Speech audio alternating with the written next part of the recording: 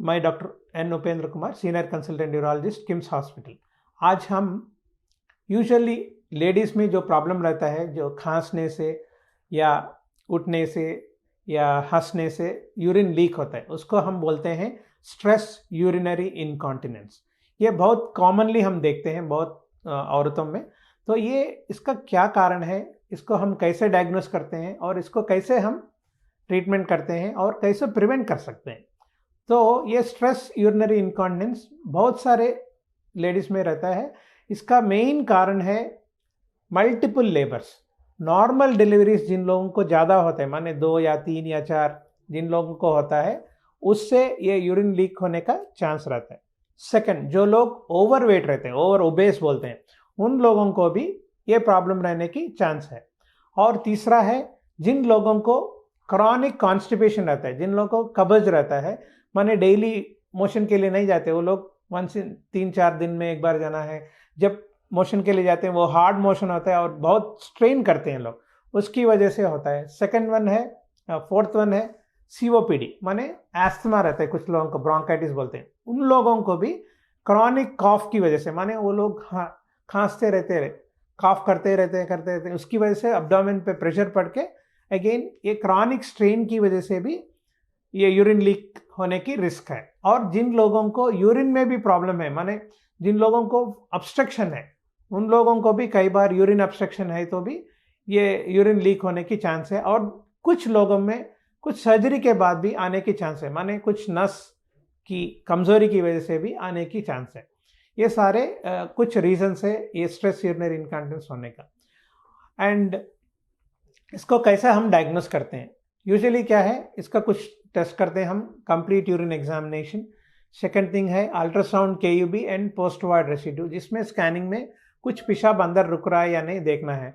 And तीसरा है urodynamic study करके एक टेस्ट है, उसमें हम अब्डोमिनल लीक पॉइंट प्रेशर करके देखते हैं, माने उसमें हम पेशेंट को स्ट्रेन करने के लिए बोलते हैं। अराउंड 200 ml उसमें हम भरते हैं ब्लैडर में और एक ट्यूब डाल के प्रेशर्स हम मॉनिटर करते रहते हैं।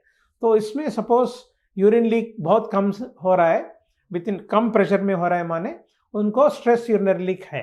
इसका कारण क्या है, मेनली क्या है, जो पेल्विक फ्लोर मसल्स होते हैं, जो बच्चे देने का मसल्स है या पेशाब की थैली का मसल्स है, जो नीचे रहता है सपोर्टिंग मसल्स, वो पूरा वीक हो जाते हैं, उसको पेल्विक फ्लोर डिसफंक्शन बोलते हैं। जब वो वीक हो जाते हैं ऑटोमेटिकली ब्लैडर नीचे डिसेंड करता है, उसको सिस्टोसील बोलते हैं हम लोग। तो इसको ये जब नीचे आ जाता है, जब ब्लैडर अब्डोमेन में प्रेशर जब बढ़ता है, माने खांसने से, हंसने से, उठने से, ऑटोमेटिकली क्या होता है, ब्लैडर नीचे होके जो यूरिन ट्यूब जो है वो एक्चुअली ऐसा किंक रहता है। इसमें क्या होता है, जैसा ब्लैडर नीचे आ जाता है यूरिन ट्यूब स्ट्रेट हो जाता है, तो फनलिंग इफेक्ट चले जाता है और ऑटोमेटिकली यूरिन लीक हो जाता है। जैसा प्रेशर कम हो जाता है ऑटोमेटिकली यूरिन लीक स्टॉप हो जाता है। ये प्रॉब्लम है, दैट इज बिकॉज ब्लैडर का मूवमेंट नीचे आता रहता है, इसको हाइपर मोबिलिटी बोलते हैं। तो इस प्रॉब्लम है जनरली जिन लोगों को ज़्यादा लेबर, माने डिफिकल्ट लेबर हुआ है या मल्टीपल डिलीवरीज जिनको होता है, ये मसल्स बहुत वीक हो जाते हैं। तो इसके लिए हम इनिशियली क्या है, ये यूरोडायनेमिक स्टडी से हमें कंफर्म कर लेते हैं हम।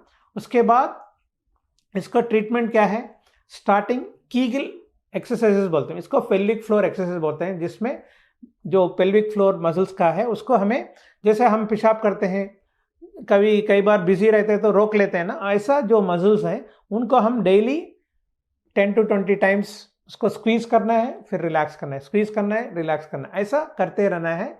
ये बहुत दिन, एटलीस्ट 3 महीने तक आपको एक्सरसाइज करेंगे तो ये मसल्स कई बार उसका टोन नॉर्मल आ जाता है, तो उससे भी आपका लीक कंप्लीटली क्लियर हो सकता है, आप क्यूर हो सकते हैं।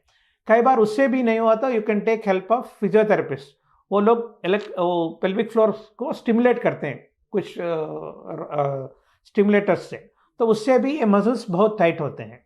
एंड उसके अलावा इन केस ये 3 महीने ट्राई किया एक्सरसाइज से भी, pelvic floor exercise, Kegel exercise से, और वेट रिडक्शन किया है, फिर भी ये प्रॉब्लम कंटिन्यू हो रहा, तो कुछ सर्जरीज है इसका, उसको हम बोलते हैं स्लिंग सर्जरीज।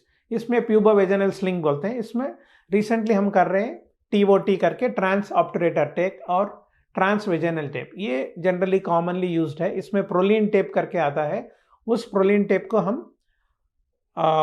ये जो यूरिन ट्यूब है जिसमें जहाँ पे ब्लैडर डिसेंट हो रहा है उसको फिक्स करते हैं हम लोग।